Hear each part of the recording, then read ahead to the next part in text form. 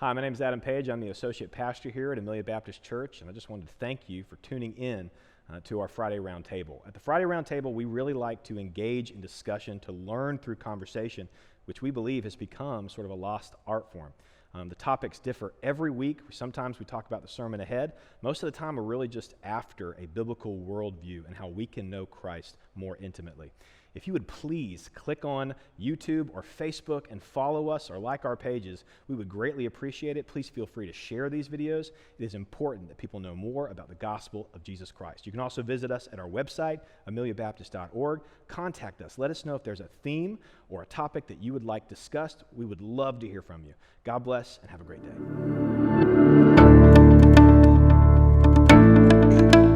1. Hey, Dylan. Hi, good evening. It's good to see you. It's good to see you. Thanks for having me. Oh, on here. man, I am just glad you're here. Most of the people don't get to see you up front.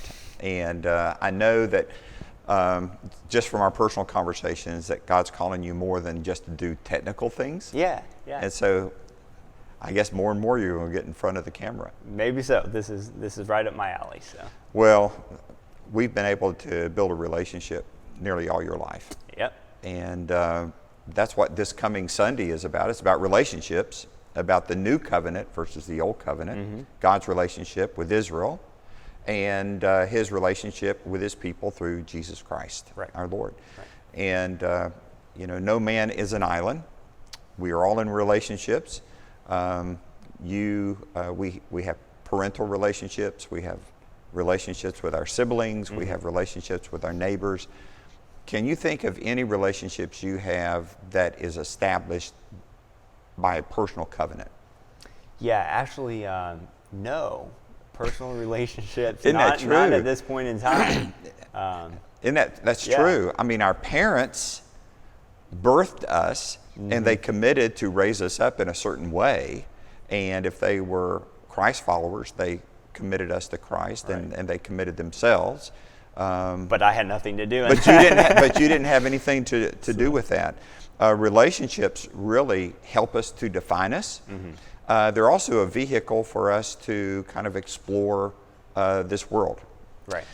The relationship that we're going to talk about mostly today is the Old Testament relationship that God had with his chosen people, Israel. Right. Sunday is going to be more about the new covenant that we're going to be in Hebrews chapter 8. So we're not going to spill those beans. So we want to. You have to tune in Sunday to hear. Well, I know. Right? We don't want we want people to come back. Yes. On Sunday. This is the lead in to what Sunday's about. Yeah, and it raises the question: why was it so important for God to give us a new covenant? Yeah. What was wrong with the old one? Why wasn't the old covenant enough? Enough, Yeah. because Exactly. evidently it wasn't. The Jewish people believed that they had a covenant with God, and it was reciprocal. I guess a lot of people don't know what reciprocal means. Yeah. It's, if you scratch my back, I'll scratch yours. Give and take. It is a give and take. I have responsibilities, and the person that I made a covenant with has responsibilities. That's the positive side. So when we say something is reciprocal, that has a positive overtone. But if we listen to the other word that's related to it, reciprocity. That's like, okay, you did something to me, I'm going to get back at you. That's exactly right. So it's the same word. Right. But there are positive aspects of it, and there are negative aspects of it. Yeah. Some rabbis within the Reformed Jewish faith like to concentrate on the positives. Yeah. Like their love for God is reciprocal, God's love for them.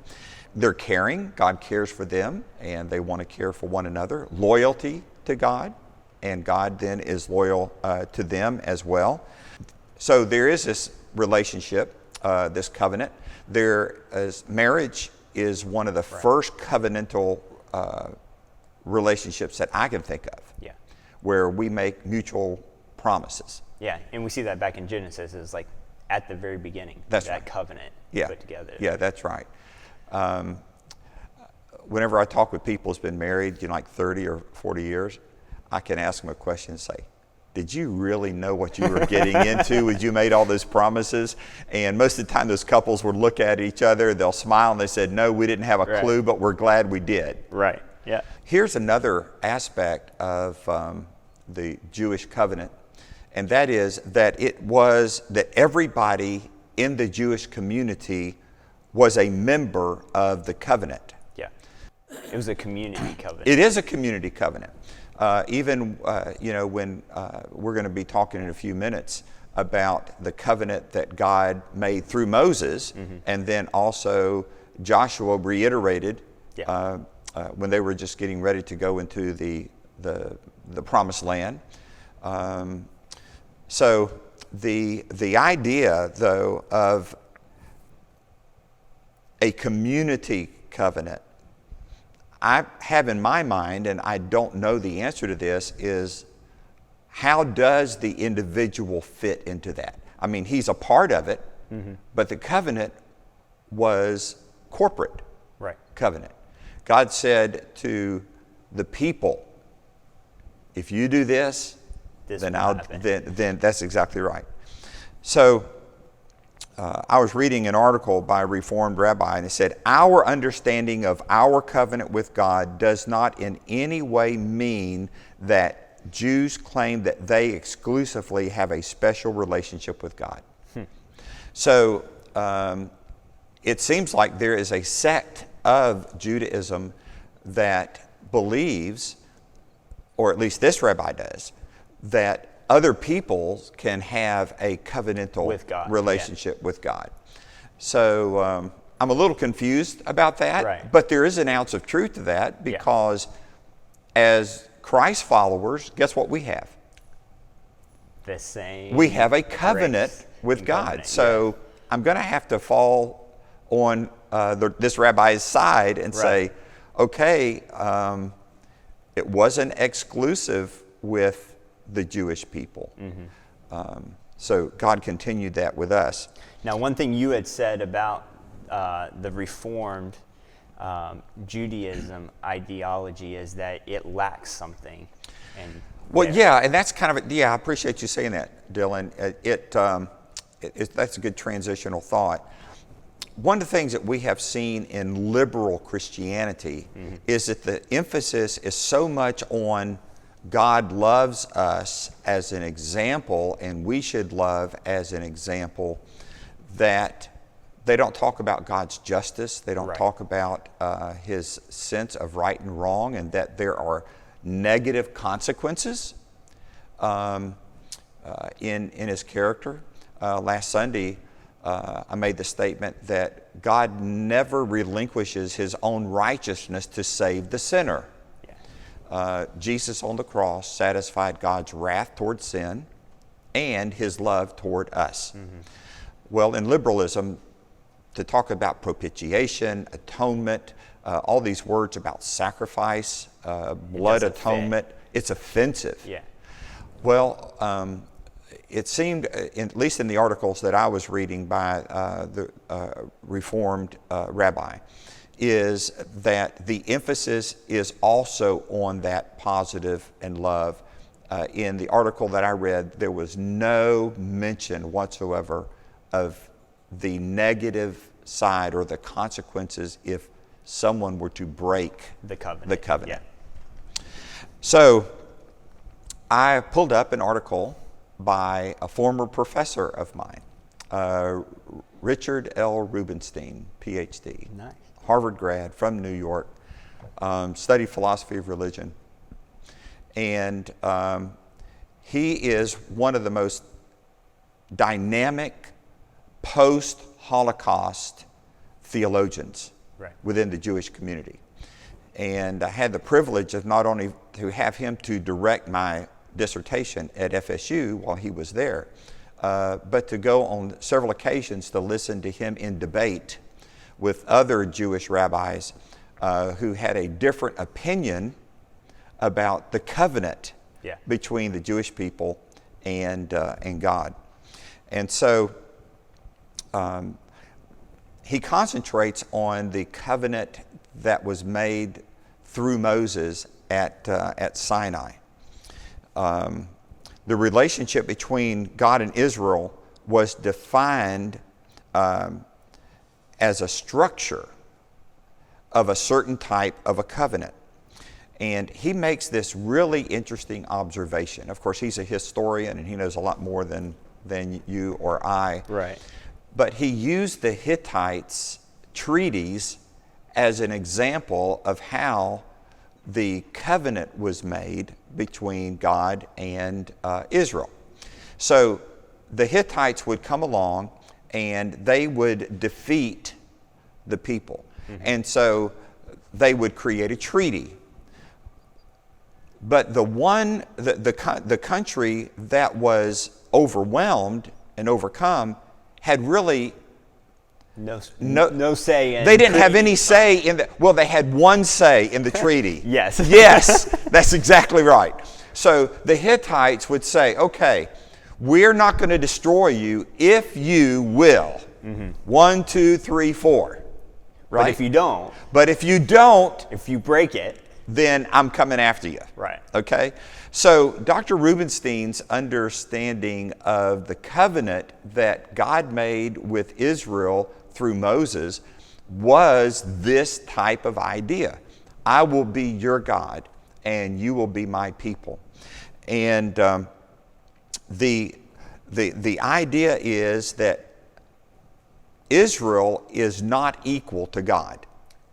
God is the superior, and the Jewish people are the vassals, or the ones, who are getting ready. God's getting ready to state all the stipulations for this covenant. And so, at Sinai, what do the people say? Well, they said, "Yes, we will do that." In fact, the Lord said, "I, the Lord, am your God who brought you out of the land of Egypt, out of the house of bondage." Okay? So, by stating that, he is saying you only exist because I let you exist. Yes. Okay? Exactly. You are only a people because I've made you a people. You would still be in slavery if it were not for me. And therefore, we're going to enter into an agreement. Right. And if you obey, then you get to live and you get to prosper. I made a covenant with Abraham, and your people are going to be as the sands of the sea and the stars in the sky. And this is going to be a great covenant. However, there's not only benefits, there are dire consequences and penalties if you are unfaithful to this covenant. The reciprocity here. Yeah, that's exactly right. If you treat me this way, then I'm going to treat you this other way. And God has kind of set up there the fact that He's always going to keep His side of the covenant, and so it's never going to fail there. No, that's exactly true. There is a rationality to the covenant.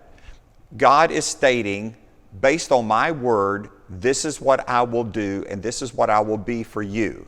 Right. And you better take me at my word. And in Exodus 24, here's what the people said. All the things that the Lord has commanded, we will do. All right. So did they enter into it voluntarily? Yes. Absolutely they did. Now, let's go back to the Hittites for a moment. Okay, if the Hittites said, if you rebel against me, then we're going to come in with an army and we're going to do this, this, and this. Right. All right? And the country that they overwhelmed says, that's okay. If we rebel, then we agree to that. So the country that was conquered does those things that the Hittites don't want them to do. Here's the question. Are the Hittites evil for carrying out their promise for the other country breaking their promise? In a just way, no. That's right. As far as the covenant is concerned, it's in their covenant. But I bet you that country who felt the wrath of the Hittites Would call it evil. Would call it evil. Right. But in the Hittites' mind, we told you who we were. This is what you deserve. And this is what, you agreed to it. So why are you being so irrational? Why are you doing this? And if you remember at Shechem, just before Joshua started to bring the people into the promised land, they pledged again that they would keep the solemn oath. And here's what Joshua said, because he knew the people. Remember, he had been in 40 years out in the desert with them. And now this is a new generation. This is so interesting. And it's in Joshua 24 toward the end of the book. You will not be able to serve the Lord, for he is a holy God. He is a jealous God. He will not forgive your trespasses or your sins if you forsake the Lord and serve alien gods, because they were getting ready to go into the Canaanites that were polytheistic. He will turn and deal harshly with you and make an end of you. Now, if you remember, there were several times out in the wilderness that God said, Moses, I'm just starting over. I'm done. I'm done. And then Moses said, no, you can't do that, because if you do that, then the rest of the people will know what kind of God you are, and it would profane your name if you did that. You've got to keep your covenant to the people. And then there were other times that Moses said, will you just get rid of these people? And God said, no, I can't do that.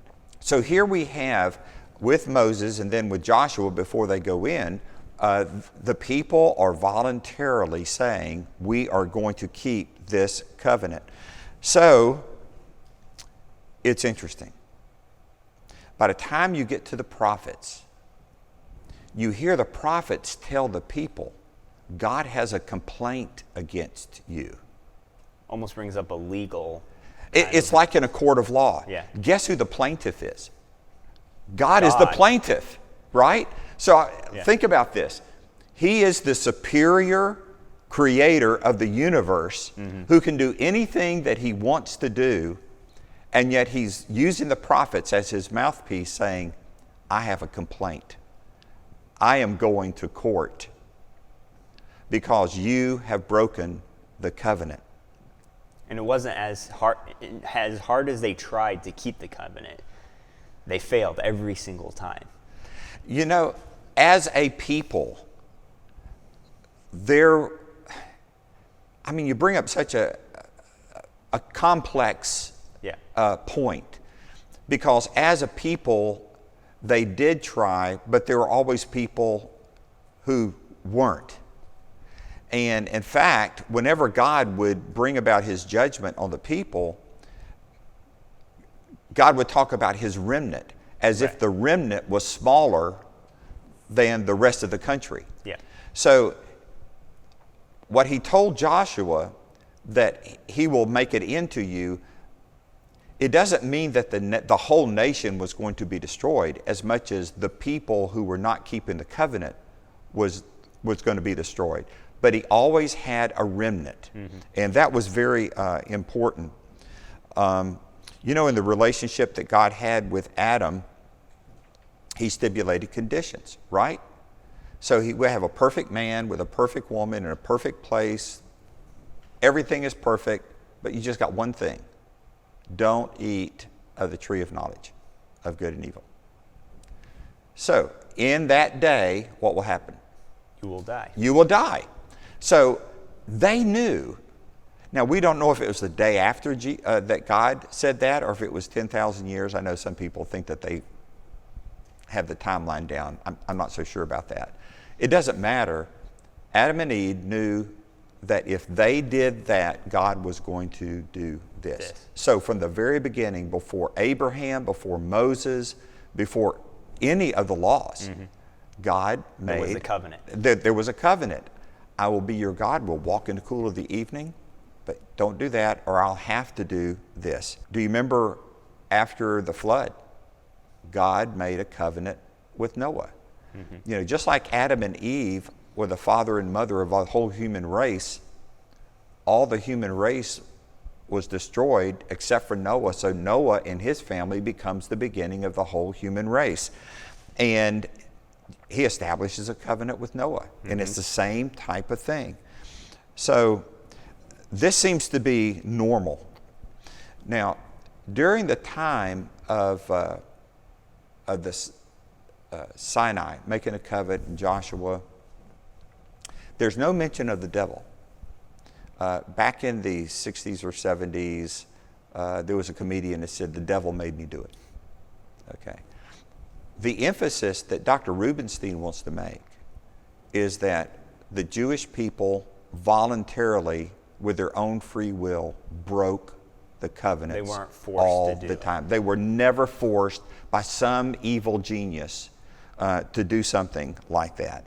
And here's the interesting thing, is that whenever bad things happened to them, God always sent a prophet and said, "Do you remember you said this, and I told you that I would do that? Well, it's coming." Even Jeremiah told him, "Don't resist. This is the judgment of God." Yeah, this is just. That it is a just thing that's getting ready to happen.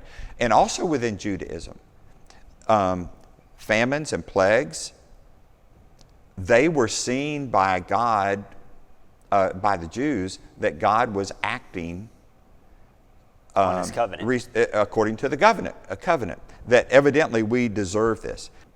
So any of those misfortunes. So we can bring this to a close before we get into the New Testament. Basically, the old covenant was, if you obey, you have life. If you disobey, then there's going to be death. Now, this brings us to the covenant that before we went on air that you brought up, and that was with Abraham. Yeah. So remind us what that original covenant with Abraham was about. Yeah, so we see that original covenant where God tells Abraham, "I want to make a covenant with you," but then he puts Abraham into a deep sleep.